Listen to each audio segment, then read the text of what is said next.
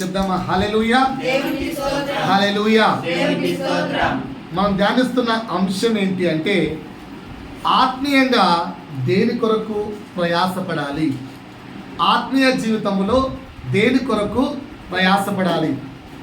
Okay, అర్థమవుతుందా? దేని కొరకు ప్రయాసపడాలంటే ఇప్పటికి నేను 3 విషయాలు చెప్పాను. ఒకటి ఏంటి? దేవుని ప్రేమ అర్థం చేసుకోవడానికి ప్రయాసపడాలి. మొదటి పాయింట్ ఏం చెప్పాను? దేవుని ప్రేమను తెలుసుకోవడానికి ప్రయాసపడాలి. అంతా నా వైపు చూస్తున్నారు కదా. రెండవది ఏంట్రా అంటే యేసును వెంబడించడానికి ప్రయాసపడాలి. ఓకేనా?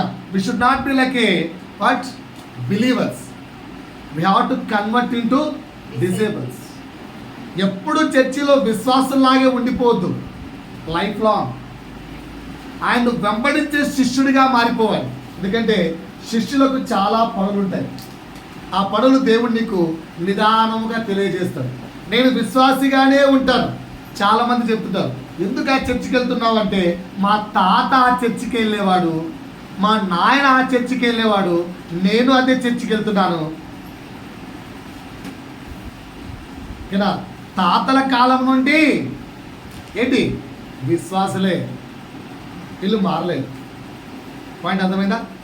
మూడవ విషయం ఏం చెప్పాను? పశ్చాత్తాపము మరియు క్షమాపణ జీవితం కొరకు ప్రయాసపడాలి.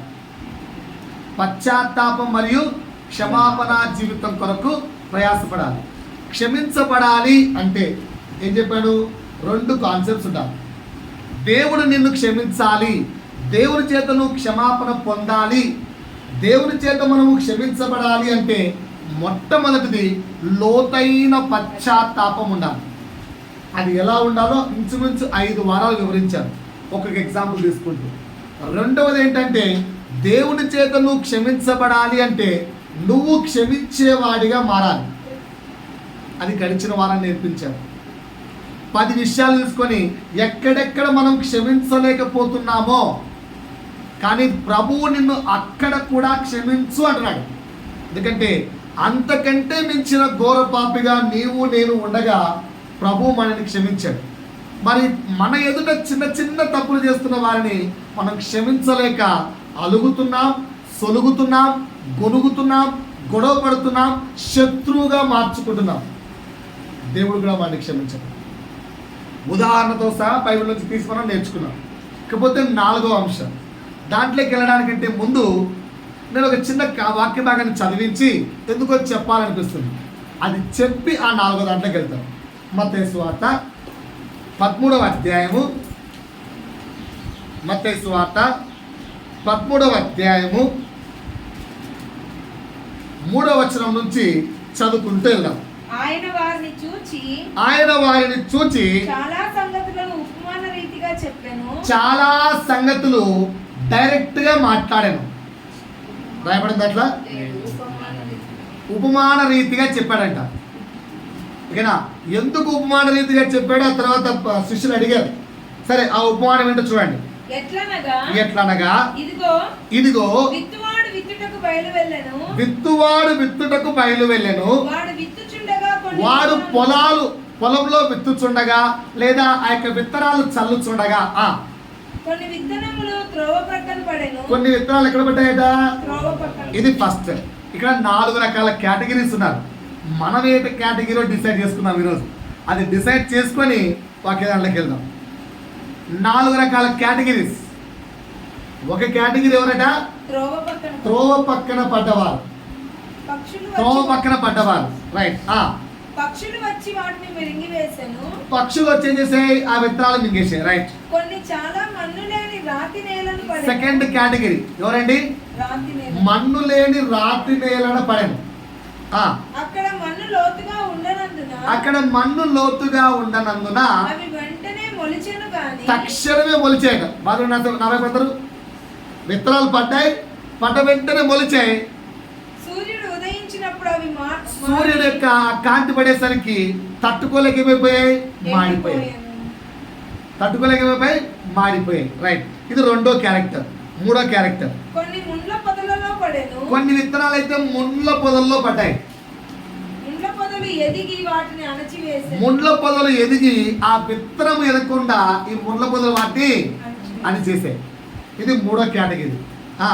కొన్ని మంచి నేలను పడి సైడ్ కొన్ని మంచి నేలలు పడ్డాయి, బాగా పండాయి. అది మళ్ళీ చదువుదాం. కొంచెం మంచి నేలలు పడి చదవమ్మా. పడి ఒకటి నూరంతలు గాను, ఒకటి నూరంతలు గాను, ఒకటి అరవదంతలు గాను, ఒకటి అరవదంతలు గాను, ఒకటి ముప్పదంతలు గాను, ఒకటి ముప్పదంతలు గాను ఫలించను. చెవులు గలవాడు వినును గాక. అని చెప్పాను. ఎంతమంది ఉన్నారో నాకు తెలియదు. ఎంతమంది వినకుండా మాట్లాడుకున్నారో నాకు తెలియదు. ఎంతమంది ఎక్కున్నారో నాకు తెలియదు. 4 కేటగిరీస్ ఆఫ్ పర్సన్స్ చెప్పారు. మీకు ఇందులో నుంచి ఏమి డౌట్ రాలేదా? నేను ఏ కేటగిరీ అనే ప్రశ్న మీకు ఎప్పుడు రాలేదా? నేను చదువుకుంటున్నప్పుడు నాకు ఇది నేను ఏ కేటగిరీలో ఉన్నానబ్బా అని ఆలోచించాను. మీరు ఏ కేటగిరీలో ఉన్నారు? దానికి ఎగ్జాంపుల్స్ కింద ఉంది, వివరణ కింద ఉంది. చూడండి, ఎక్కడ వివరణ? 19 నుంచి వివరణ. విత్తినవాని గూర్చిన ఉపమాన భావము వినుడి. గట్టి చదవాలమ్మా. విత్తినవాని గూర్చిన ఉపమాన భావము వినుడి. వినండి. ఎవడైనను రాజ్యమును గూర్చిన వాక్యము వినియు గ్రహింపక దేవుని యొక్క యేసుక్రీస్తు యొక్క లేదా బైబిల్లోని వాక్యాన్ని విని గ్రహింపకుండా వాడి కొద్ది వాడు జీవిస్తున్నాడు అనుకో. దుష్టుడు వచ్చి వాడి అర్థం ఏంటంటే అంటే వాక్యం మన దగ్గరికి వస్తుంది కానీ వాడేంటి హృదయంలోకి తీసుకోకముందే పక్షులు వచ్చి అంటే దుష్టుడు వచ్చి ఆ యొక్క వాక్యాన్ని తీస్తుంటాడు. ఇది మొదటి కేటగిరీ. మీలో ఎంతమందికి వాక్యం మీ హృదయం దాకా వెళ్తుంది? ఎంతమంది వాక్యాన్ని హృదయం దాకా తీసుకుంటున్నారు? ఏదో నామినల్గా వచ్చామమ్మా, పోయామమ్మా, చూద్దామమ్మా, సండే అమ్మ అన్నట్టు కూర్చున్నారు. ఎంతమంది వాక్యాన్ని హృదయంలోకి తీసుకుంటున్నారు? ఒకవేళ తీసుకోవట్లేదు, just nominal, my body is present and my soul is absent. నా శరీరం అయితే ఇక్కడ ఉంది, నా మనస్సు అయితే ఇంకెక్కడో ఉంది, దేని మీద ఉంది అన్నట్టుగా ఉంటే మాత్రం మనం మొదటి category. They are belongs to first category. పరలోక రాజ్యానికా లేదా నరకానికా ఆలోచించుకోండి. ఇది నాకేం పెద్ద డౌట్ పుట్టిలే. ఇక్కడ ఎవరైనా ఫస్ట్ కేటగిరీ పర్సన్స్ ఉన్నారా? లేరు అని ఆశిస్తున్నాను. ఉన్నారు అంటే మార్చుకుందాం, చాలా ప్రయాసపడదాం. సెకండ్ కేటగిరీ, త్రోవ పక్కన విత్తబడిన వారంటే చెప్పేశాం కదా మాది. రాతి నేల అంటే రెండో కేటగిరీ విత్తనాలు కదా. వాక్యాన్ని విన్న వెంటనే అబ్బా, కొందరు ఉంటారు చర్చిలో వాక్యాన్ని వింటనే ఓవర్ యాంగ్జైటీ అయిపోతారు. అబ్బో ఏముంది వాక్యం, ఈ రోజు నుంచి నేను మారిపోతాను అంతే. ఎక్కడి నుంచి? ఈ రోజు నుంచే బ్రదర్, ఇప్పుడు నాకు బాప్తిజం ఇచ్చేసి అంతే. మత నీళ్ళు ఎక్కడ రెడీ చెప్పు, నేను బాప్తిజం చేసుకుంటా అంతే, మారిపోతున్నా. తర్వాత చర్చి బయటికి వెళ్తానే, ఏమమ్మా బాప్తిజం తీసుకుంటానో, మరి ఆల్రెడీ బ్రదర్తో మాట్లాడాను, మరి ఈరోజు వెళ్దామా బయలుదేరుతా అంటే ఇంటికి వెళ్ళి మమ్మీతో మాట్లాడాలి బ్రదర్. చర్చిలో ఉన్నంత వరకే ఊపు, చర్చి బయటికి వెళ్తానే కథం. అంటే వాక్యాన్ని వింటానే ఓవర్ యాంగ్జైటీ అయిపోతాం. బయటికి వెళ్తానే అందరూ అడిగారు. అదే సినిమాకు ఫ్రెండ్ పిలిచాడు అనుకో, మమ్మీకి ఫోన్ చేసి చెప్తావా, మమ్మీ మా ఫ్రెండ్ సినిమాకు పిలిచాడు నేను వెళ్ళచ్చా అని అడుగుతావా? ఏం చెప్తావు? మమ్మీ మా ఫ్రెండ్ ఏదో పని ఉందని చెప్పింది, కొంచెం లేట్ వస్తాను మమ్మీ. నేను చెడ్డ పని చెప్పమంటేనేమో అన్ని సాకులు ఎత్తుకుంటాం, మంచి పనికి మాత్రం ఆలోచించాలి.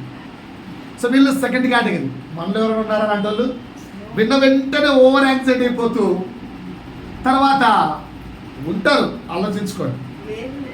వేరు లేనందున అది కొంతకాలం నిలిచిన తర్వాత మళ్ళా పడిపోవడమే. నేను ఇక అంటాడు ఆత్మీయంగా. 2 రోజులకు మళ్ళా ఏరా అంటే నాకు తెలిసిన ఒక బ్రదర్ ఉంటాడు, తాగి తూలుతున్న వేళ ఎప్పుడు తాగి తూలుతుంటాడు. మళ్ళీ ఒక నెల కనిపించేసరికి తెల్ల షర్టు తెల్ల ప్యాంట్ వేసుకొని బైబిల్ పట్టుకొని దేవుడే అంతా అంటాడు. సరే మొత్తానికి దేవా స్తోత్రం ప్రభువా, ఇటు మార్చావు, ఇటు మారిపోయాడు, ఇటు నిస్వార్థ చెప్తున్నాడు అని అనుకునే మళ్ళీ ఒక నెల కనిపించి బ్రదర్ తాగడానికి డబ్బులు ఇస్తావు అంటాడు. ప్రస్తుతానికి అయితే రెండో కేటగిరీలో ఉన్నాడు, మొదటి కేటగిరీలో ఉన్నాడు. దేవునికి స్తోత్రం, స్వార్థ చెప్తున్నాడు, మంచిగా సంఘాన్ని నడిపిస్తున్నాడు. దేవునికి స్తోత్రం. మళ్ళీ బాధపడేవాళ్ళం. మంచి సింగర్ పాటలు అద్భుతంగా పడతాడు. మైక్ ఇస్తే స్టేజ్ మొత్తాన్ని కాదు కదా, కూర్చున్న 1000 మందిని ఆకర్షించగలడు. అంత మంచి అద్భుత గాయకుడు. కానీ వీళ్ళేంటంటే రెండో కేటగిరీ అనమాట. వింటాం వదిలేయడం. మూడో కేటగిరీ. నేనైతే ఆ కేటగిరీలో ఉన్నాను. నన్ను నేను పరీక్షించుకున్నాను. I belongs to that category. ఏది పరిచర్యకు రాకముందు నేను ఆ కేటగిరీలో ఉన్నాను. ముళ్ళ పొదల్లో విత్తబడిన వారు వాక్యము వినువాడే గాని ఐహిక విచారమును ధనమోహమును ఆ వాక్యాన్ని అణిచివేస్తాయి. అంటే కుటుంబ పిచ్చి. ఐహిక విచారం అంటే కుటుంబ పిచ్చి. నా భర్త, నా భార్య, నా పిల్లలు, నా నా నా నా దీని తర్వాతే యేసు. ఫస్ట్ కుటుంబం, నెక్స్ట్ యేసు. కానీ బైబిల్ చెప్తుంది ఫస్ట్ యేసు. యేసును ప్రేమించిన వాడికి కొన్ని వేల మంది ఆడవారు తల్లులుగా మారిపోతారు. ఒక తల్లే కాదు, అందరూ తల్లులుగా కనిపిస్తారు. కానీ వీడికేమో ఆ ఒక్క కుటుంబమే కనిపిస్తుంది, మిగతా కనిపించదు. ఇవి ఐహిక విచారాలు కప్పేస్తూ ఉంటాయి. ఓకేనా? ఇంకేమైనా డౌట్స్ ఉన్నాయా? 4వ కేటగిరీ ఏంటి? మంచి నేల అంటే గుడ్ పర్సన్స్. ఇలా ఏదో 4 క్యారెక్టర్స్. మీరు ఏ క్యారెక్టర్స్లో ఉన్నారు? మీకు ఏమైనా ఎవాల్యుయేషన్ వచ్చిందా? రాలేదు అంటే మీరు మనుషులు కాదని అర్థం. ఎందుకంటే బైబిల్లో ఈ 4 క్యారెక్టర్స్ ఉన్నాయి. యేసు చెప్పిన ఈ 4 క్యారెక్టర్స్లో మనము లేము అంటే, ఒకటి మనము ఫస్ట్ క్యారెక్టర్లో ఉన్నామని అర్థం. లేము అని ఆన్సర్ చెప్పిన వెంటనే వీఆర్ ఇన్ ఫస్ట్ క్యారెక్టర్. అంటే వాక్యము హృదయ దగ్గరికి కూడా రాలే నీకు. మనం లోకంలో అంత మునిగిపోయినా అని అర్థం. ఈ 4 కేటగిరీలో నేను లేను సార్ అని భావించే వాళ్ళు హృదయాన్ని వాక్యం దాకా కూడా తీసుకోవట్లేదు. జస్ట్ నామినల్ అంతే. సారీ, వాక్యాన్ని హృదయం దాకా కూడా తీసుకోవట్లేదు. పాట అర్థమవుతుందా? జాగ్రత్త. ఇక్కడ నాకు వచ్చిన డౌట్ ఏంటంటే, నేనేం భావించానంటే సంఘంలో ఉన్న వారందరూ కూడా 4వ కేటగిరీలో ఉన్నారని భావించారు. దైవ సేవకుని కదా, మరి సంఘం యొక్క విశ్వాసులు మంచోళ్ళని భావించాలి. చెట్టు మంచిదని ఎంచి వాటి ఫలములు కూడా మంచివని ఎంచాలి. సో మీరందరూ 4వ కేటగిరీలో ఉన్నారని నా ఆశ. ఏంటంటే ఒకసారి చేతులెత్తి గట్టిగా చెప్తే ఉన్నారు కదా. వాక్యం మంచి నెల పడుతుందా, చెడ్డ నెల పడుతుందా? వాక్యం మంచి నెల పడుతుందా, చెడ్డ నెల పడుతుందా? ఏంటబ్బా ఈరోజు మా పాస్టర్ పోగొడుతున్నాడు, ఇదేదో కొంచెం తేడా కొడుతుంది మాకు అని అనుకుంటారే కొబ్బేసి. అందరూ మంచి నెలే కదా, అందరూ మంచి నెలే కదా, కరెక్టేనా? కానీ మరలా నాకు డౌట్ వచ్చింది. మరలా ఏంటి డౌట్ అంటే, ఇప్పుడు ఎంతమంది మంచి నెలలు ఉన్నారు చేతులెత్తండి. ఏం కాదు, నేను చెప్పేసాను కదా మంచి నెల అని, కాన్ఫిడెంట్గా చేస్తాను. ఏం కాదు, మనం అందరం మంచి నెలలో ఉన్నాం. వాక్యాన్ని బాగా వింటున్నాం, వాక్యానుసారంగా జీవిస్తున్నాం, ప్రభువుకు ప్రాధాన్యత ఇస్తున్నాం. కానీ క్వశ్చన్ ఏంట్రా అంటే, మంచి నేలన పడేవారు కూడా మళ్ళీ 3 కేటగిరీలు ఉన్నారు. మంచి నేలన పడే వాళ్ళు కూడా 3 కేటగిరీలు. ఎవరు? 100 ఫలించేవారు, 60 ఫలించేవారు, 30 ఫలించేవారు. అక్కడ నా ప్రశ్న, ఆల్రెడీ మంచిగా వాక్యం వింటుంటే పడిందే మంచి నేల అయితే, మనం మంచివారం అయితే అందరూ 100 ఉండాలిగా. కరెక్టే కదా? మనం అందరం మంచి వాళ్ళమే. మంచిగా వాక్యం వింటున్నాం, సండే చర్చికి వస్తున్నాం, వాక్యాన్ని బాగా ధ్యానిస్తున్నాం. మరి మనంతా మంచి వాళ్ళమే. Why we have to feel that we are in that 3 positions? చెడ్డవారు ఓకే అనుకునే వాళ్ళలో మనం ఎందుకు భావించాలి? మనం మంచి వాళ్ళమే అనుకుందాం. ఒక క్వశ్చన్ ఏంటంటే, మంచిగా వాక్యం వింటుంటే మరి ఎందుకు అందరం 100 ఫలించట్లేదు? ఎప్పుడైనా ప్రశ్నించుకున్నామా? అంటే సంఘానికి వస్తున్నాం, వాక్యాన్ని వింటున్నాం, అన్నీ బాగానే ఉన్నాయి. కానీ ఒకవేళ మనం ఎక్కడైనా 30 ఫలిస్తున్నామేమో చెక్ చేసుకోండి. అంటే ఏంటంటే, వాక్యాన్ని ధ్యానంగా విని దాని కొరకు ప్రయాస ఏమైనా మిస్ అవుతుందేమో చెక్ చేసుకోండి. విన్నట్టు మాత్రం వింటాం. వినుమట్టు వారమై ఉండక, వినుమట్టు వారమై ఉండక, అలాగే కేవలం వినుమట్టు వారమై ఉన్నామేమో చెక్ చేసుకోండి. ఏదో సండే వెళ్ళామా, వాక్యం విన్నామా, అబ్బా ఏం చెప్పాడు భయ్యా దేవుడు అనుకున్నామా? అంతేకాకుండా ప్రయాసపడ్డానికి ప్రయత్నిద్దాం. అప్పుడు 100 ప్రతిఫలం వస్తుంది. 100 నువ్వు ఫలించలేదనుకో నీకే బాధ. అంటే అర్థమైందా? వచ్చి కూర్చున్నప్పుడు ఈరోజు ఈ బ్రదర్ పాట పాడుతున్నాడంటే నెక్స్ట్ వాడికి లోపల మనసులో కలగాలి, చా ఒక నెల కన్నా నేను కూడా పాట పాడాలరా. ఓకేనా? ఇప్పుడు ఈ అమ్మాయి పాట పాడుతుంటే ఈ అమ్మాయి ఫ్రెండ్స్ వాళ్ళు అనుకోవాలి, నువ్వు ఒక్కడనే పాడతావు, మేము కూడా పాడతాం అనిపించాలి. మాకు కూడా పార్టీ మేము కూడా పాడతాం. అరే ఏంది ఎప్పుడు వాళ్ళే వాక్యం చదువుతారు, నేను అందరికంటే ముందు వాక్యం తీసి చదవాలి అనిపించాలి. వాటి కొరకు పోటీ పడాలి. అర్థమవుతుందా? ఫలించుట కొరకు ప్రయాసపడదాం. సరే, మీరందరూ ఇక్కడ నుంచి ఫలించుట కొరకు ప్రయాసపడతారని నమ్మి విశ్వసించి 4వ మాటలోకి వెళ్తున్నాను. మరొకసారి రిపీట్ చేస్తున్నాను. 3వ మాట ఏంటి? దేవుని ప్రేమను తెలుసుకోవడానికి ప్రయాసపడాలి, మొదటి మాట. 2వది క్రీస్తును వెంబడించడానికి ప్రయాసపడాలి. 3వది క్షమాపణ పొందుకోవడానికి ప్రయాసపడాలి. 4వది చెప్తున్నాను.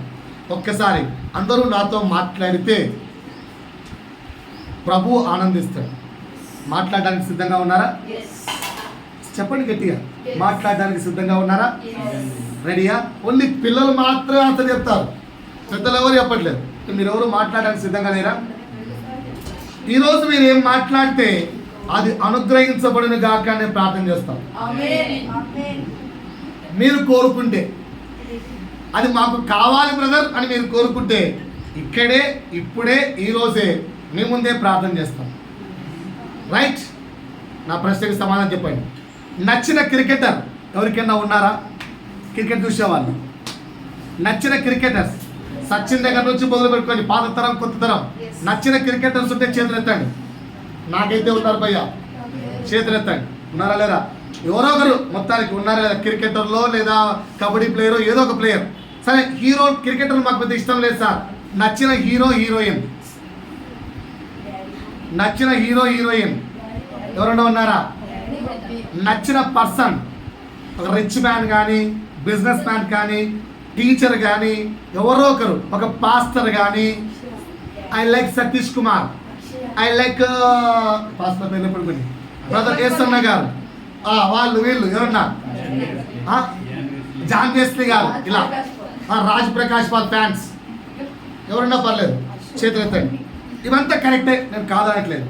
మీ యొక్క అభిప్రాయం నేను కాదని, ఇదే మాట్లాడుకోవద్దు, నాతోనే మాట్లాడాలి. ఇదంతా నేను అభిప్రాయాన్ని కాదని చెప్పట్లేదు. నచ్చిన క్రికెటర్ ఉండొచ్చు, నచ్చిన హీరో ఉండొచ్చు, నచ్చిన హీరోయిన్ ఉండొచ్చు, నచ్చిన పర్సన్ ఉండొచ్చు, నచ్చిన పాస్టర్ ఉండొచ్చు, వాట్ ఎవర్ ఇట్ ఈస్. నా క్వశ్చన్ ఏంటంటే, ఎప్పుడైనా వాళ్ళలాగా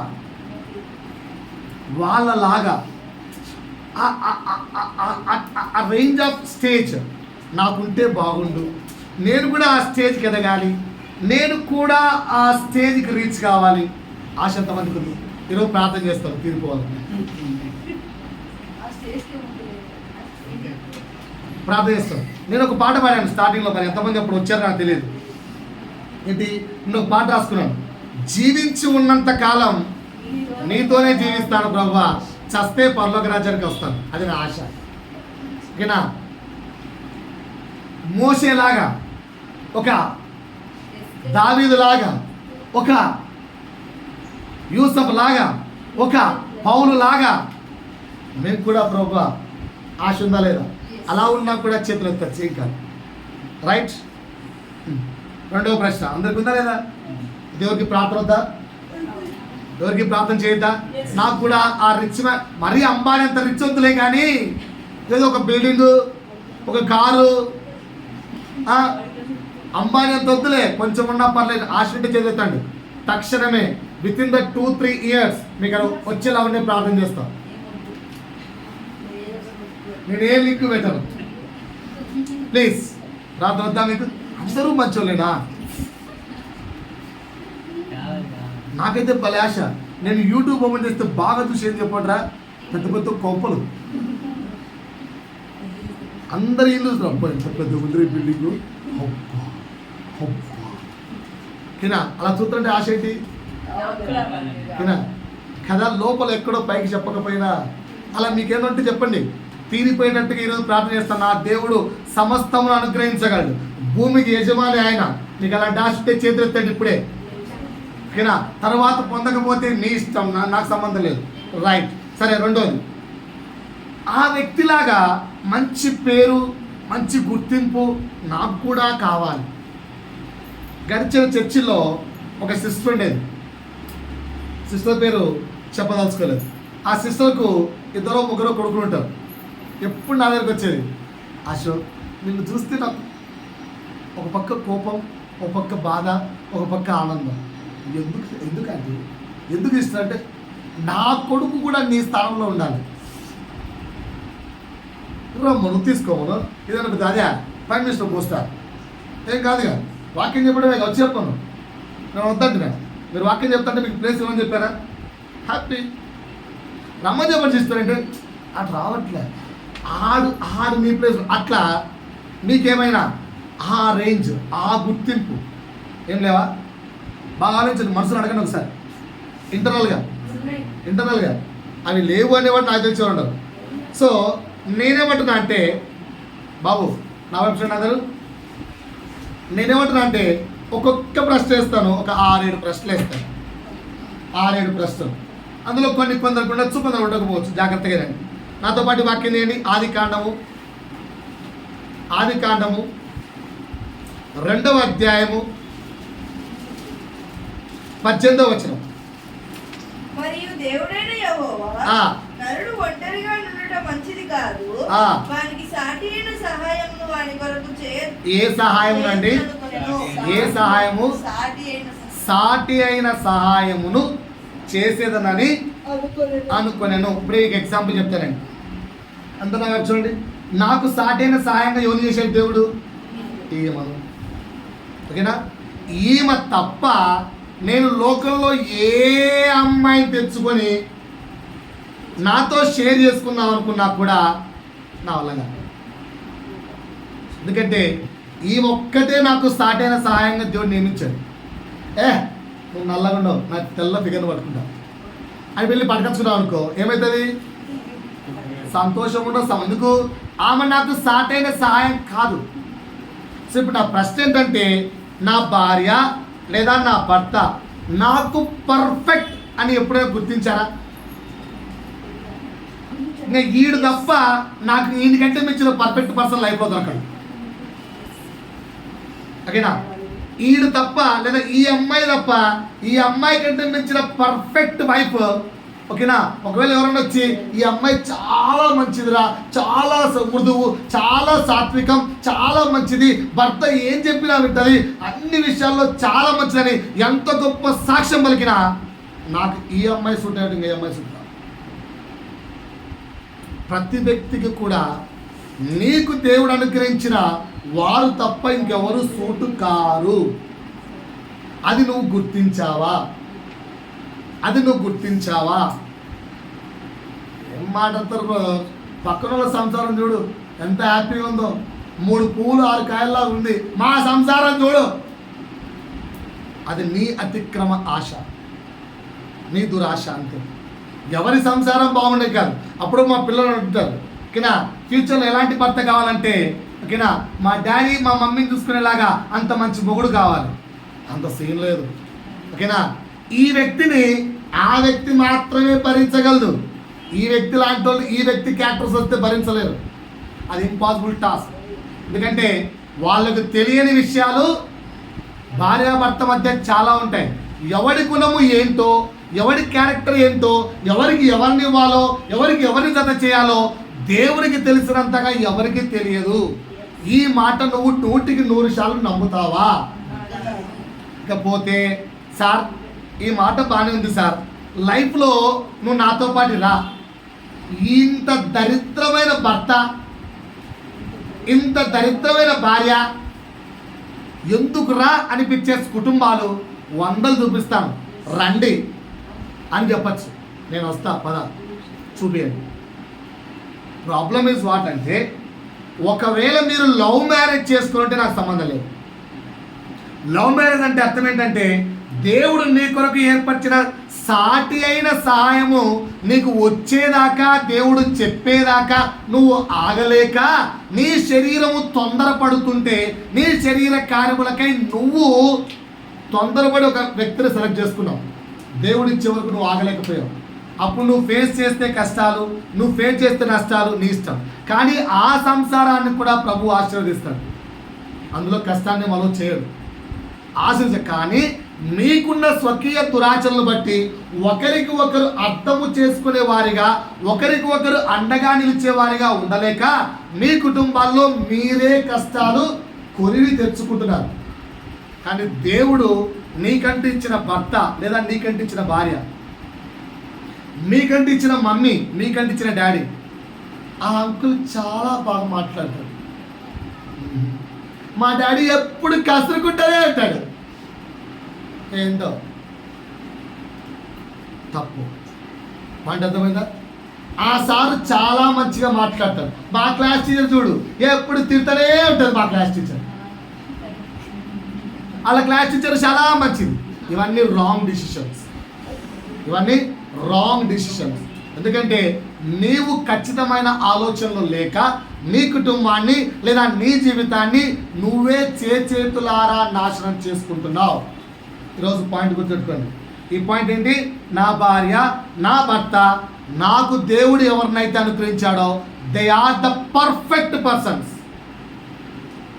అంతకు మించి నేను పర్ఫెక్ట్ పర్సన్ను వెతుక్కున్నా తెచ్చుకోలేను. పాయింట్ అర్థమైందా? రెండవ పాయింట్, నమ్ముతారా నమ్మరా? ఎవరికైనా సందేహాలు ఉన్నాయా? ఎవరికైనా సందేహాలు ఉన్నాయా?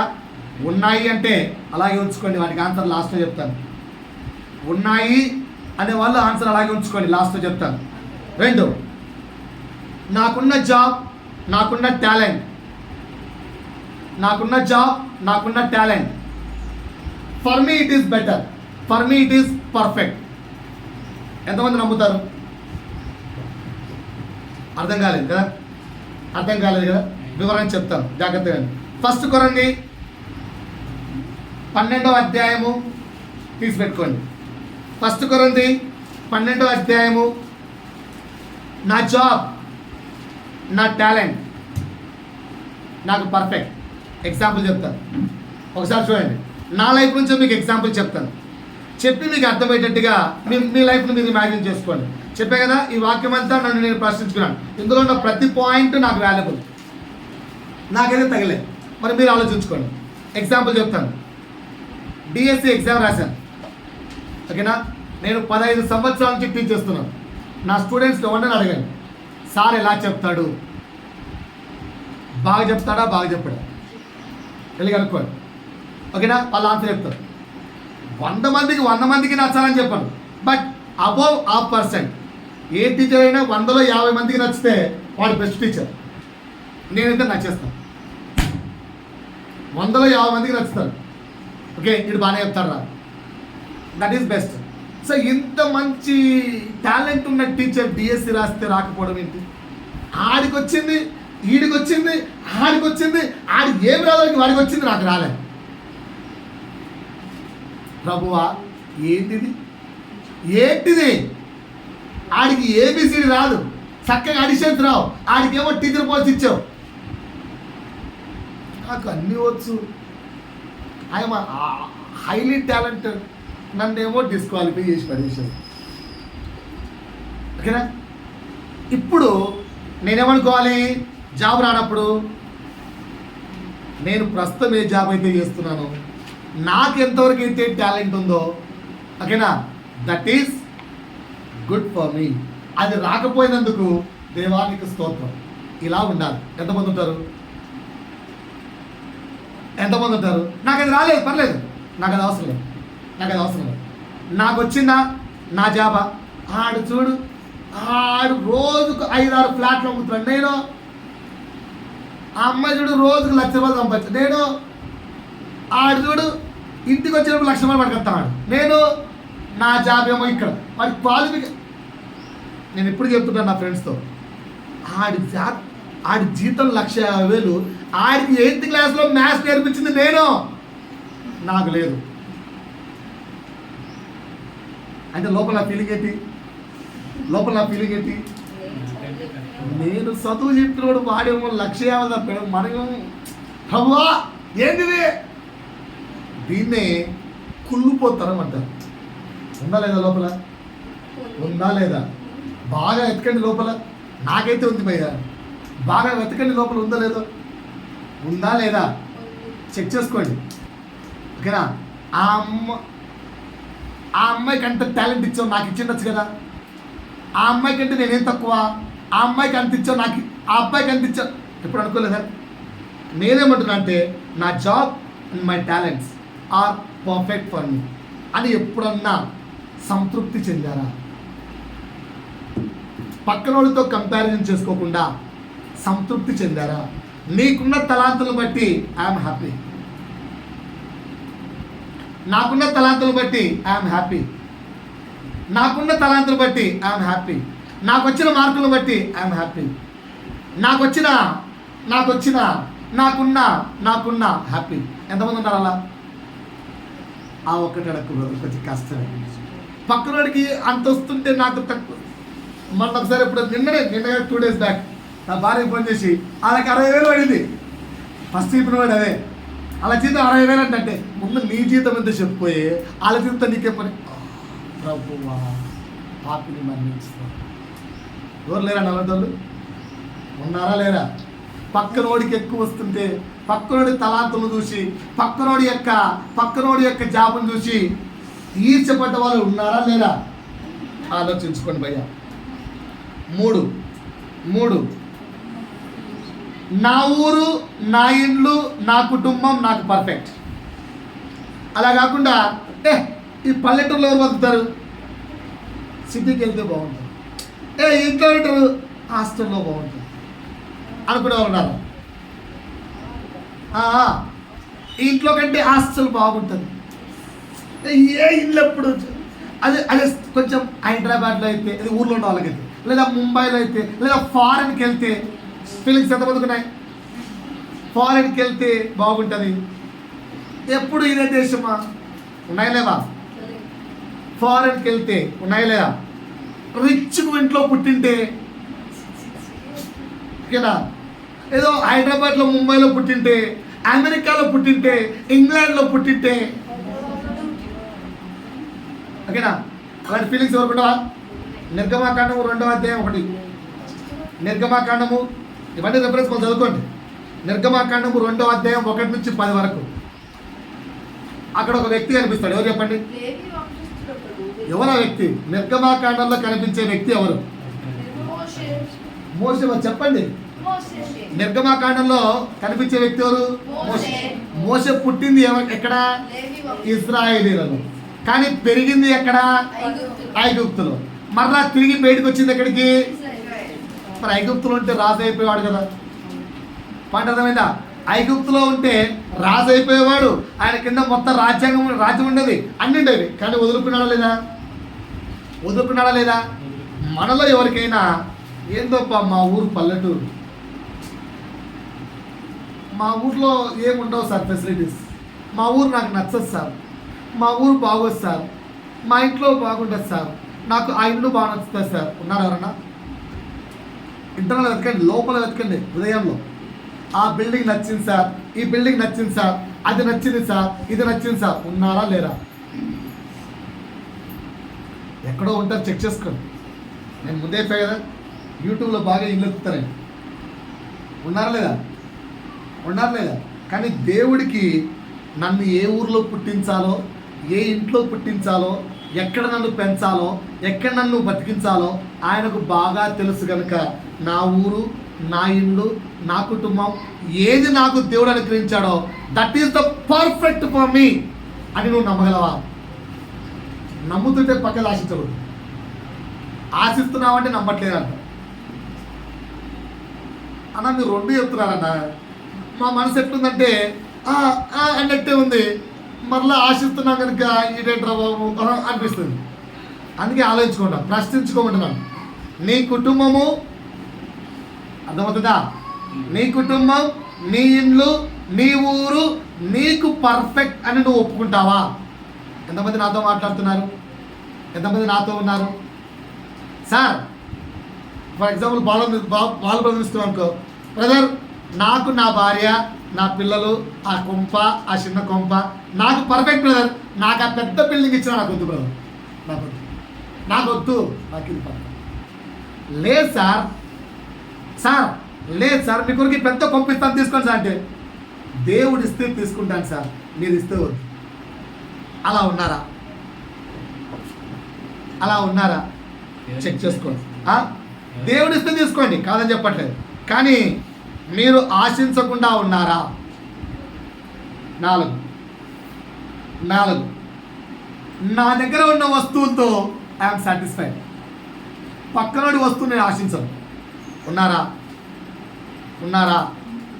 నా దగ్గర ఉన్న వస్తువులతో నేను సాటిస్ఫైడ్, పక్కనున్న వస్తువులు నేను ఆశించను, పక్కనోడి వస్తువులు ఆశించను.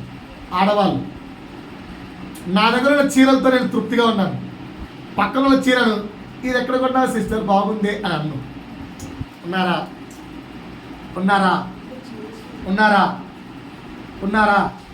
ఓకేనా? ఇది రాసుకున్నప్పుడు లోపల నాకు పెయిన్. నాకు దేవుడు ఒక మంచి కారు ఇచ్చాడు, చిన్న బుడ్డి కారు. హ్యాపీ, ఆ కారులో నేను హ్యాపీగా ఉన్నాను, తృప్తిగా నడిచా. దగ్గర 8 సంవత్సరాలు తృప్తిగా కారులో నడిచా. ఆ కార్ టైం అయిపోయింది. అసలు ఇంకొక కారు కొంటాను అని కూడా అనుకోలేదు నేను. అది అప్పోగిప్పో అసలు కొంటాన్న ఆలోచన లేదు. సడన్గా ఎట్లయిపోయిందో తెలియదు. ఒక పర్సన్ వచ్చాడు, రే ఆ కారు అమ్మాయి అన్నాడు. అమ్మేసారు ఒక కారు కొనేది. అందరినీ ఎంక్వైరీ చేసి నాకు నచ్చిన కారే కొనుక్కున్నాను. కానీ దారిలో వెళ్ళేటప్పుడు ఇది మనం ఉండేది ఏ కారులో? మన కారులో. కానీ మన కళ్ళు చూసేది ఏ కారులో? ఏముందా కారు? ఎప్పుడు మీరు నాలాగా అనుకోలేదా? అనుకోలేదా? అబ్బా ఆ కారు ఏముంది, దేవుడు మనకిచ్చిన కారుతో మనకు తృప్తి లేదే. పక్క కారు నుంచి అబ్బా, పక్కన మా కూతురు అప్పుడు ఇంకా పక్కన డైలాగ్ అనమాట, నెక్స్ట్ కొనేద్దాం దాన్ని కూడా. ఇక్కడ దీనికే గతి లేదు, దాన్ని కొనేద్దాం. అసలే ఈయన పాపిరా అంటే పాపికి మళ్ళా ఏది తోడు. ఏమి లోకం నాలంటోళ్ళు ఎవరు లేరా? ఓకేనా? మళ్ళీ చెప్తున్నాను, నా దగ్గర ఉన్న వస్తువులతో నేను సాటిస్ఫైడ్. ఎంతమంది ఉన్నారు? పక్కనోడి టెక్స్ట్ బుక్లు నేను ఆశించను, పక్కనోడి పుస్తకాలు నేను ఆశించడు, పక్కనోడి పెన్సిల్. ఒకానొక సందర్భంలో ఒక దైవ సేవకుడు, మీరు ఒప్పుకోవడానికి సంకోచిస్తున్నారు, ఒక దైవ సేవకుడు వాక్యంలో ఒప్పుకున్నాడు. అది వింటే చాలా షేమ్ అనిపిస్తుంది, కానీ ఒప్పుకుంటే ప్రభు క్షమిస్తాడు. ఆయన ఒప్పుకున్నట్టు తెలుసా? పైన ఆయన ఇంట్లో ఎక్కింగ్ ఏదో 15th ఫ్లోర్ ఎక్కడట. 15th ఫ్లోర్లో నుంచి కింద ఒక పాప స్కూల్కి వెళ్తుంటే చూస్తున్నాడట. ఆ పాప దిగినప్పుడు ఆటోలో నుంచి ఆ పాప దగ్గర ఒక మంచి పెన్సిల్, ఆయన ఇప్పటివరకు ఆ పెన్సిల్ని చూడలేదట. కొత్త టైప్ ఆఫ్ పెన్సిల్ కింద పడిపోయింది. కింద పడిపోతే ఆ పాప బ్యాగ్ తీసుకొని హడావిడికి వెళ్ళిపోయింది, ఆ పెన్సిల్ మర్చిపోయింది. మరి ఈ వ్యక్తి ఏం చేయాలి? ఆ పెన్సిల్ ఆ పాపకైనా అందించాలి, లేదా కుక్కకి ఎక్కువ గెట్టి అన్నాడు. ఆ 2 పెన్సిల్ తెప్పించుకున్నాడు, హ్యాపీగా రాసుకున్నాడు. ఆ వ్యక్తి అనుకుంటే ఆ పెన్సిల్ల ఫ్యాక్టరీని కొనుక్కోగలడు, అంత ఆస్తిపడు. అనుకుంటే ఆ పెన్సిల్ల ఫ్యాక్టరీనే కొనేయగలడు. కానీ 2 పెన్సిల్ల కక్కుర్తి, ఆశపడ్డామంటే అదే. ఇంట్లో పెన్సిల్ లేవా? ఓకేనా? అవునా? చేస్తున్నాడా? ఇంట్లో 2 పెన్సిల్, కొత్త పెన్సిల్ వస్తే కొత్తది నాకు పాతది. ఇదే పక్క వస్తువులు ఆశించడం అంటే. ఉందా లేదా? ఓకేనా? ఆ తర్వాత ప్రభువు మాట్లాడితే సిగ్గుతో వెళ్ళి స్కూల్కి వెళ్తే ఆ ప్రిన్సిపల్ అంటున్నట, సార్ మీరు వచ్చారేంటి సార్ అంటే, wait sir I came for one that చెప్పి ఆ పాప దగ్గరికి వెళ్ళి, నాన్న ఏంట్రా నిల్చున్నావు అని అడిగాడు. 2 days నుంచి నిల్చొని ఉన్నాను అంకుల్, పెన్సిల్ తెచ్చుకోవాలని చెప్పి మా టీచర్ పనిష్మెంట్ ఇచ్చింది. కానీ పెన్సిల్కి పనిష్మెంట్ తీసుకుంటుంది ఆ పాప, కానీ పెన్సిల్ దొంగ ఈ పాస్తా. వెళ్ళి ఆ టీచర్ నన్ను కొట్టండి, ఆ పాప పనిష్మెంట్ ఆపేయండి, ఎందుకంటే ఆ దొంగను నేనే. ఆ పాప పెన్సిల్ తెచ్చుకుంది, నేను దొంగతనం చేశాను అని ఒప్పుకొని ఆ పాపకు మళ్ళా ఒక ప్యాకెట్ పెన్సిల్ కొనిచ్చి, సారీరా నువ్వు 2 days పర్లేదు అంకుల్, ఏం పర్లేదు తెలుసురా అంతే కదా అన్న. పిల్లలు ఎంత మంచుల్లో ఊహించుకోరు. మనము చర్చిలో కూర్చొని ఒప్పుకోవడానికి కూడా ఇంట్రెస్ట్ లేదు. ఓకేనా? ఎంతమంది దగ్గర ఉంది ఈ క్వాలిటీ? నా దగ్గర ఉన్న వస్తువులతో ఐఎమ్ సాటిస్ఫైడ్ సార్ అన్నా. నేను దేవుడు నాకు సమయానుకూలంగా, నేను ఎప్పుడు చెప్తాను ఈ పాయింట్. నా పిల్లలు ఎప్పుడు చెప్తుంటారు, డాడీ స్టేడియంకి వెళ్దామా, డాడీ మెట్రో ఎక్కుదామా. నేను ఎప్పుడు ఒకటే తాగిపోయాను, నా దేవుడు ఎక్కించిన రోజు ఎక్కుతాను రా. అదే పనిగా మెట్రో ఎక్కి డబ్బులు వేస్ట్ తీసుకుంటాను. ఒక టైం వచ్చింది ఎక్కించారు. స్టేడియం వీళ్ళందరూ విషయం ఒక్కటి స్టేడియం చూడలే. ఇప్పుడు నేను స్టేడియం చూడలే. అంటే మొన్నటిదాకా మొన్న ఛాన్స్ వచ్చింది. నిన్న అదే ఐ థింక్ ఫ్రైడేనో థర్స్డే అనుకుంటా. థర్స్డే ఛాన్స్ వచ్చింది. ఏంటి, స్కూల్ పిల్లలతో పాటు స్టేడియం తీసుకెళ్ళాను. ఓ స్టేడియం ఇలా ఉంటుందా, ఫస్ట్ టైం విషయం అనుకుంటే 600 700 టికెట్ కొనుక్కోగలం, పోగలం కూడా. కానీ దేవుడు చూపించగలండి. కానీ వాటి యొక్క ఆశ కలిగి ఉండకండి. ఆశ వద్దంటున్నారు. కనుక నా దగ్గర ఉన్న వస్తువులతో ఐఎమ్ సాటిస్ఫైడ్. ఎంతమంది? వాళ్ళ బ్యాగ్ చూడు, ఆ టీచర్ శారీ బాగుంది, ఈ టీచర్ శారీ బాగుంది, ఇవేవి వద్దు. అవి కలిగి పక్కన నుంచి సంసారం చేయకండి, తప్పు. రైట్. 5వ ప్రశ్న. నా దైవభక్తిలో నేను పరీక్షించుకోగలగా, నా దైవభక్తిని నేను ఎవాల్యుయేట్ చేసుకుంటే నేను తూకంలో తేలిపోలేదు, నిలిచాను, ఎస్ ఐఆమ్ ఓకే అని ఎంతమంది సాటిస్ఫైడ్గా ఉన్నారు? నా భక్తి నాకు సాటిస్ఫైడ్ సార్, నా భక్తి నాకు సాటిస్ఫైడ్ సార్ ఎంతమంది ఉన్నారు? నా భక్తి నాకు సాటిస్ఫైడ్ సార్. బట్ ప్రశ్న బాగా వేశాను. నా భక్తి నేను పరీక్షించుకొనగా, వాక్యములో నన్ను నేను సరిచూసుకొనగా వాక్యానుసారంగా ఉన్నాను. అంతేగాని పక్కన ఎత్తున నాకు అవసరం.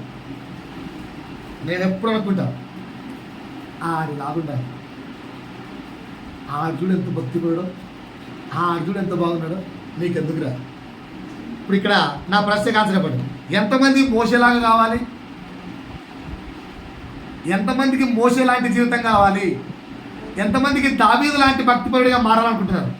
ఎంతమంది అపోస్తలుడైన పౌలులాగా పరిచయం చేయాలనుకుంటున్నారు? వీళ్ళందరిలాగా మీరు వద్దు, వాళ్ళు ఆల్రెడీ ఉండిపోయారు. ఓకేనా? ఈ పాటలన్నీ వేద్దాం. ఏది?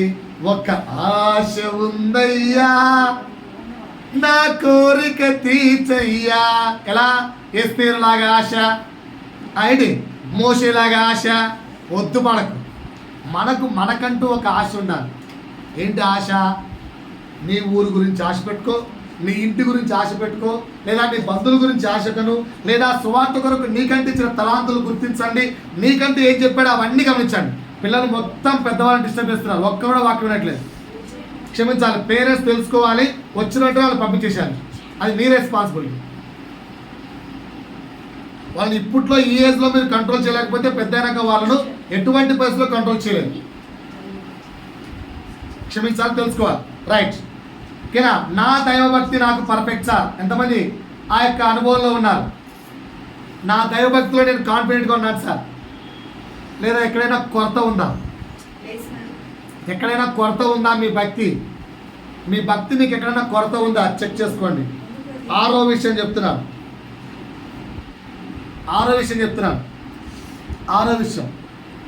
నా ప్రశ్నకు ఆన్సర్ చెప్పండి ప్లీజ్. అందరూ నా వైపు చూడండి, ఆన్సర్ చెప్పండి. మీ కుటుంబాల్లో కానీ, మీ బంధువుల్లో కానీ, మీకు తెలిసిన వారిలో కానీ పరిచర్య చేసేవాళ్ళు లేరా? ఉంటే చదువుతా. మా కుటుంబాల్లో కానీ చెప్తూ మరి నేనుంటే, మా కుటుంబంలో కానీ, మా బంధువుల్లో కానీ, అన్న కావచ్చు, చిన్నాన్న కావచ్చు, వాళ్ళు కావచ్చు. ఓకేనా? మీరెందుకు చేయట్లేదు? నా ప్రశ్నకు ఆన్సర్ చెప్పండి. ప్రశ్న ఏమైనా కష్టంగా ఉందా? మీరెందుకు చేయట్లేదు? మా ఆన్సర్ చెప్పంటారా? మీ ఆన్సర్ చెప్పంటారా? వాడికున్న ఫెసిలిటీస్ నాకు ఇచ్చినంటే వాడున్న ప్రాంతంలో సువార్త బాగా జరుగుతుంది.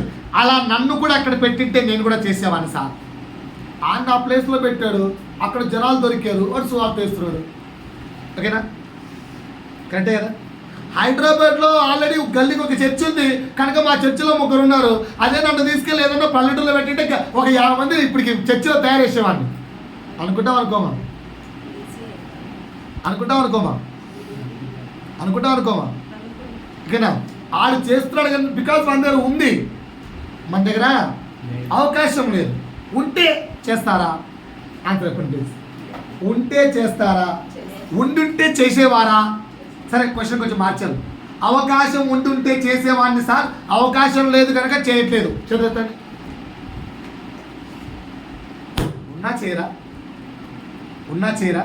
సరే, వాక్యంలో చూద్దాం. మత్తయి సువార్త 25వ అధ్యాయం 14వ వచనం. మత్తయి సువార్త 25వ అధ్యాయం 14వ వచనం. పరలోక రాజ్యము ఆ. ఒక మనుష్యుడు దేశాంతరమునకు ప్రయాణమై తన దాసులను పిలిచి ఆ. తన ఆస్తిని వారికి అప్పగించినట్లును. దీని నుంచి మీకు ఏం తెలుసా అండి? ఇది అందరూ విన్న వాక్యమే కదా. ఒక వ్యక్తి దేశాంతరం పోతూ అందరిని పిలిచి వారి సామర్థ్యము కొలది వారికి కొంచెం ధనాన్ని ఇచ్చి వెళ్ళాడు. అరే, వ్యాపారం చేసుకుంటారా అన్నాడు. ఓకేనా? ఏం చేశారు? 5 తలాంతులు ఇచ్చిన వాడు వ్యాపారం చేసి 5గా డెవలప్ చేసి 10 చేశాడు. 2 తలాంతులు ఉన్నవాడు 2ను 2గా చేసి 4 చేశాడు. 1 తలాంతు తీసుకున్నవాడు భూమిలో దాచిపెట్టి వచ్చిన తర్వాత, అయ్యా మీరు చాలా దుర్మార్గుడే నాకు తెలుసు, నువ్వు మళ్ళీ అడుగుతావని తెలుసు, లెక్క అడుగుతావని తెలుసు, అందుకే నీ డబ్బును భద్రంగా దాచిపెట్టి మీకు ఇస్తున్నాను సార్ అని చెప్పాడు. మరి ఇక్కడ ఆ రాజు ఏమన్నాడు? చెడ్డ దాసుడా అని పిలిచాడు. వీళ్ళిద్దరిని ఎవరు పిలిచాడు? బలా నమ్మకమైన మంచి దాసుడా అని పిలిచాడు. ఓకేనా? మీరే కేటగిరీ లేదా మనమే కేటగిరీ? Answer please. 1 తలాంతు తీసుకొని చెడ్డ దాసుడా అని పిలిపించుకున్న వాడిగా మనం ఉన్నామా, లేదా 2, 5 తీసుకొని బలా మంచి దాసుడా అని పిలిపించుకున్న వారిలో మనం ఉన్నామా? ఆన్సర్ చెప్పండి సార్. ఏం పలకరేంటి? ఏది మనం ఎవాల్యుయేట్ చేసుకుంటే దేంట్లో ఉన్నా చెప్పండి అనొచ్చు. 5 తలాంతులు ఇచ్చినోడు 5 చేశాడు. We have a great sources, వాడు వృద్ధి చేశాడు. అలాగని చెప్పి 2 ఇచ్చినోడు నాకు 2 ఇచ్చావు, నాకు 2 ఇచ్చావు, వాడికి 5 ఇచ్చావు, నాకు 2 ఇచ్చావు అని ఏడ్చుకుంటూ కూర్చున్నాడా? ఏం చేశాడు వాడు? 2 చేశాడు కదా. మరి నీ దగ్గర ఉన్న సామర్థ్యం కొలది నువ్వెందుకు ప్రభు పని చేయట్లేదు? అది కదా దేవుడు ప్రశ్నిస్తాడు రేపు. నీకు ఇచ్చే టాలెంట్కి ఇచ్చాను, నీ ఎంతవరకు అయితే బేర్ చేయగలవో, నువ్వు ఎంతవరకు అయితే కాపాడుకోగలవో, నువ్వు ఎంతవరకు అయితే సమర్థవంతంగా నడిపించగలవో, ఎంతవరకు అయితే నువ్వు చేయగలవో అంత నీకు ఇచ్చాను. అలా పైన పాయింట్ రాబడి ఉంది, ఎవరి సామర్థ్యము కొలది వారికి ఇచ్చాడు. వాడు 5 క్యాపబుల్, అందుకని 5 ఇచ్చాను. వాడు 2 క్యాపబుల్, వాడికి 2 ఇచ్చాను. ఈజ్ 1 క్యాపబుల్, 1 ఇచ్చాను. ఆ విధంగా మన సామర్థ్యం కొరకు మనకు ధనాన్ని ఇచ్చాడు, సోర్స్ ఇచ్చాడు, వనరులు ఇచ్చాడు, జ్ఞానం ఇచ్చాడు, బుద్ధిని ఇచ్చాడు, జీవాన్ని ఇచ్చాడు. మరి మనమెందుకు దేవుని చేతిలో బలమైన పాత్రగా లేము? ఎంతసేపు నా దగ్గర లేదు, నాకు రాదు, నేను చేయలేను, నా వల్ల కాదు, ఎన్ని రోజులు ఈ సాకులు చెప్పుకుంటూ బ్రతికేస్తావు? దేవుడు ఒప్పుకుంటాడా?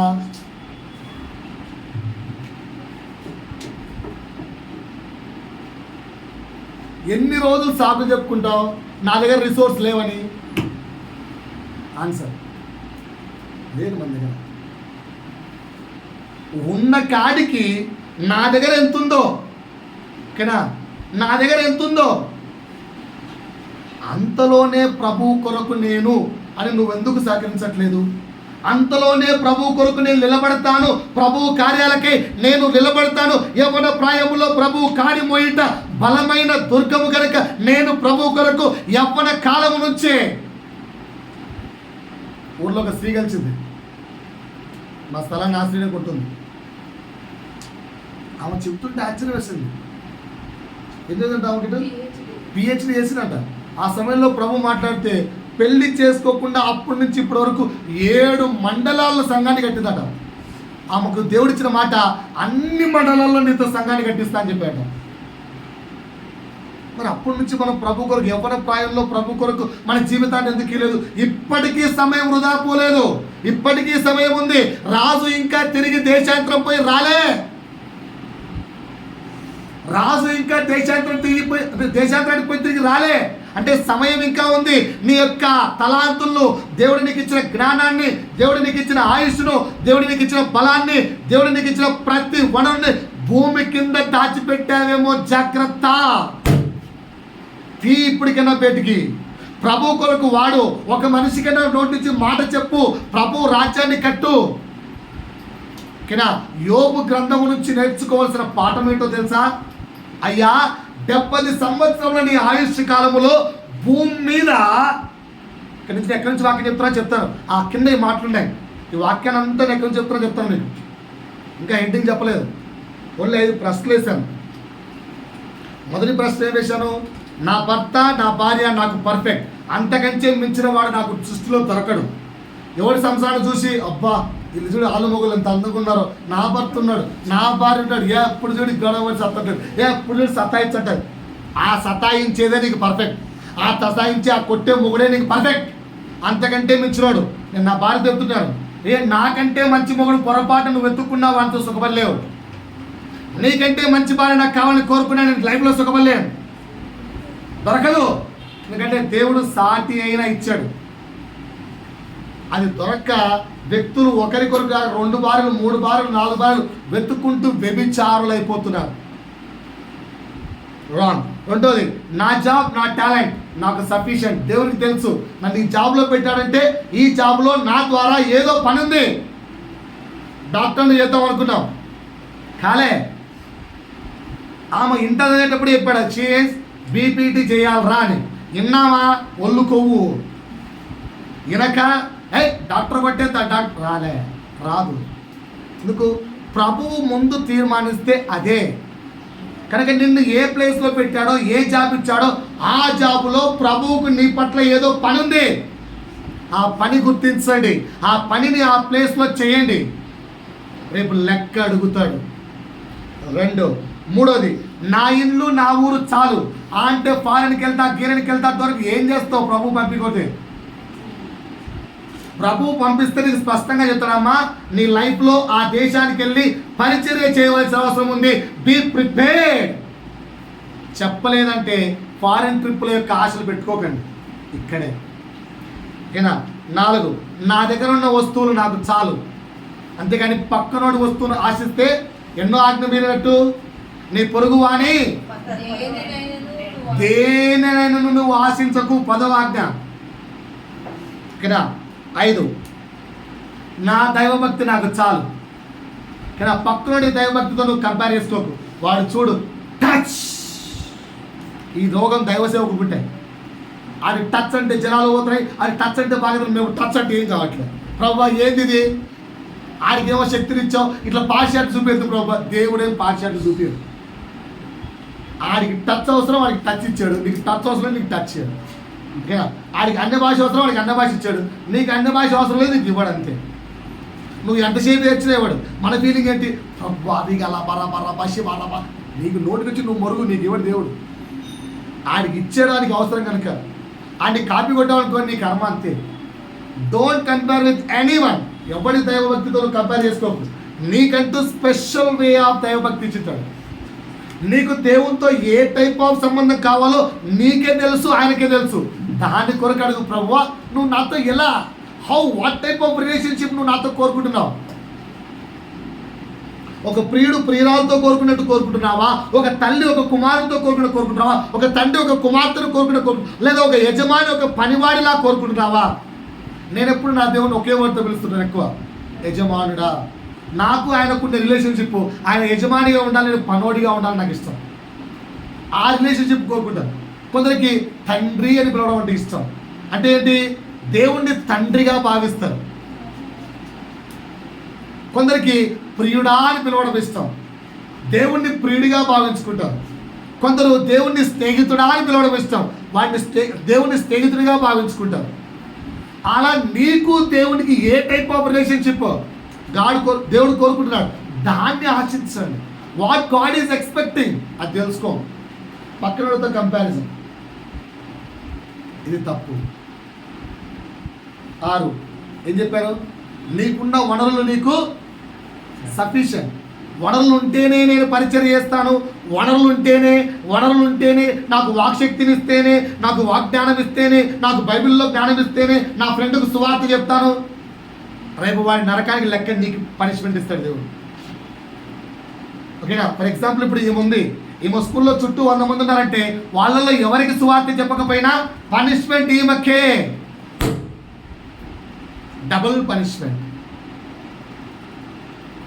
ఇప్పుడు సిస్టర్ ఉంది, 100 ప్రాంతాలకు వెళ్ళి మేకప్ వర్క్ చేస్తుంటుంది. చేసిన ప్రతి సమయంలో కూడా ఎక్కడైనా ఎప్పుడైనా ఏ సమయంలోనైనా నా దేవుని గురించి చెప్పడానికి అవకాశం వస్తుందా అని మైండ్లో ఎదురు చూస్తున్నాను. ప్రభువా కల్పించవా? దేవుడు కల్పిస్తాడు, కంపల్సరీ కల్పిస్తాడు. వాళ్ళు సంఘానికి వస్తారా రాని నీకు అనవసరం. సంఘం ఏది ఒకటే కాదు, బోర్డు మన సంఘానికే రావాలని లేదు. సంఘానికి వస్తారా కాదు, నువ్వు సువార్త చెప్పావా లేదా, అది ఇంపార్టెంట్. వాడు రక్షించబడతాడు, బట్ నేను చెప్తే మాత్రం వాడు మారిపోతాడా సార్, వాడు మారాడా లేదా కూడా కాదు, నువ్వు చెప్పావా అని అడుగుతాడు. మీరు ఎంతమంది మీ ఫ్రెండ్స్ చెప్పారు? మీకు ఒకసారి ఎగ్జాంపుల్ చెప్పాను. ఎడ్వర్డ్ విలియం గారు తిరుపతిలో వాక్యం చెప్తుంటే దొంగ పాస్టర్ ఆపరా అని ఒక స్త్రీ,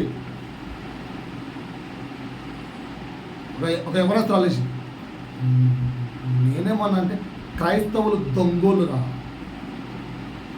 అదేంటమ్మా అంత మాట అంటే, నా డాడీకి ఒక క్రైస్తవుడు ఫ్రెండ్గా ఉన్నాడు. ఆ క్రైస్తవ ఫ్రెండ్ దొంగోడు, వారు మాత్రమే క్రైస్తవత్వం నేర్చుకున్నా కానీ యేసు నిజమైన దేవుడని మా డాడీకి చెప్పలేదు. ఇప్పుడు నువ్వు చెప్పిన వాక్యం ప్రకారం మా డాడీ ఎక్కడికి వెళ్తాడు? చచ్చిపోయింటే నరకం. ఇప్పుడు మా డాడీ ఎక్కడున్నాడు? నరకంలో ఉన్నాడు. బికాస్ ఆఫ్ మీలాంటి దొంగ క్రైస్తవుల వల్ల. మీరు చెప్పలే కనుక మా డాడీ మాట్లాడడానికి అనవసరం, చెప్పడము నీ పని. నీ బిజినెస్ అయితే, నీ లోకం వర్క్ అయితే 76 సార్లు మాట్లాడుకుంటారు. ఆయన మా డాడీ 76 సార్లు మాట్లాడుకునేవాళ్ళు. ఒక్కరోజు కూడా ప్రభు గురించి మా డాడీకి చెప్పలేదు. చెప్పింటే ఈ ఊర్లోనో ఆ ఊరు, ఏ ఊరికన్నా పోయినప్పుడు మారిపోయేవాళ్ళమేమో. నేను కూడా రక్షించబడేవాళ్ళు కానీ నా రక్షణ జరగకపోవడానికి కారణం నువ్వు కదా, నీలో ఉన్న భయం కదా. మనం చెప్పే సాకంటే తెలుసా, దేవుడు నాకు మాట్లాడే టాలెంట్ ఇవ్వలేదు సార్. స్కూల్లో కాంపిటీషన్ పెడితే మాట్లాడరు, పిల్లలకు టీచింగ్ చెప్పట్లేదు, బిజినెస్ వర్క్స్ మాట్లాడరు, అన్నీ మాట్లాడతాం. టాలెంట్ దేవుడు ఇచ్చాడు, మనము దేవుని పని చేయలేదు. మనం చెప్పే సాకేంటి తెలుసా, నాకు ఒకటే దేనారం ఇచ్చాడు సార్, అందుకే భూమి కింద పెట్టాడు సార్. Hiding always. సో నేను చెప్పే 4వ అంశం ఏంటంటే, మొదటిది ఏం చెప్పాను, క్రీస్తు ప్రేమను తెలుసుకోవాలి. 2వది క్రీస్తుని వెంబడించాలి. 3వది క్షమాపణ జీవితం కొరకు ప్రయాసపడింది.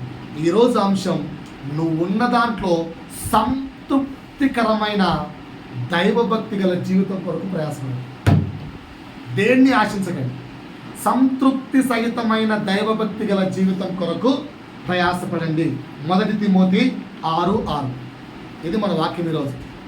1 తిమోతి 6:6 1 తిమోతి 6:7, 8, 9 ఒక్క 5 minutes తీసుకుందాం. ఏంటట సంతృప్తి సహితమైన అసంతుష్టి సహితమైన గల. రైట్. సో ఇదేంటి నాకు ఈరోజు వాక్యం. ఇది దేని కొరకు ప్రయాసపడాలి మనం? సంతృప్తి సహితమైన దైవభక్తి గల జీవితం కొరకు ప్రయాసపడదాం. సంతృప్తి అంటే ఏంటంటే చెప్తానండి. సంతృప్తి అంటే ఏంటో చెప్తున్నానండి, బాగా నా వైపు చూడండి అందరూ. సంతృప్తి అంటే చదువుతున్నాను, దేవుడు మనకు మంచిది, ఉత్తమమైనది అనుకున్న స్థానములోను లేదా హోదాలోను మనల్ని ఉంచాడు. కొంచెం ఎక్కువ వాడిగా పెట్టలేదు, కొంచెం తక్కువ వాడిగా పెట్టలేదు.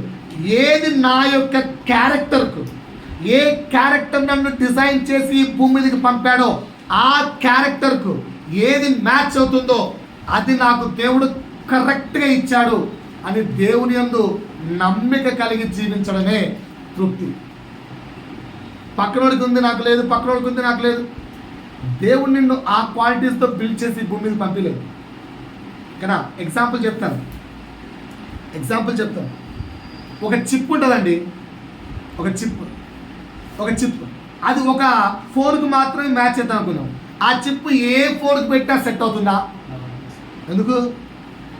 ఆ chip made for only this phone. నిన్ను కూడా ఈ భూమి మీదకి పంపించేటప్పుడు దేవుడికంటూ నీతో ఒక పని ఉంది.